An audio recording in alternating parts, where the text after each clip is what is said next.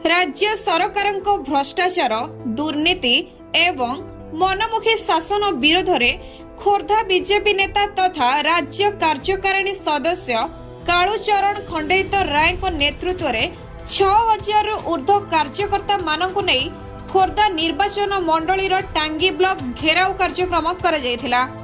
एही अवसर में राज्य साधारण संपादक शारदा प्रसाद शतपथी,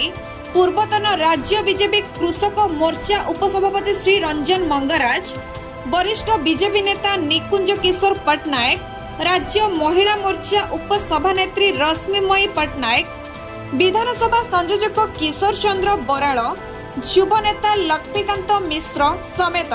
समस्त जोन अधिकारी, खोर्धा जिला बीजेपी जुमोर्चा उपसभापति कपिलेश्वर पाटशाणी, नगर साधारण संपादक त्रिलोचन दास, वरिष्ठ बीजेपी नेता रघुनाथ साहू,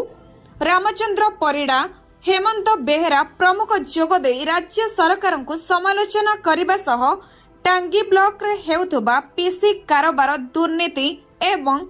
भ्रष्टाचार बंद करने पई चेतावनी देथिले। ब्लॉक भू प्रशासन रो अवहेला जोगु जदि साधारण गरीब खटिखिया कौनसी भी सरकारी सुविधारु वंचित हुए तेबे एही आंदोलन आहुरी तीव्रतर हेबो बोली नेतृवृंद माने चेतावनी देथिले। खोर्धारू कैमरा पर्सन पी महाराणा सहित रिपोर्टर निमाई चरण महाराणा रिपोर्ट प्राय खबर।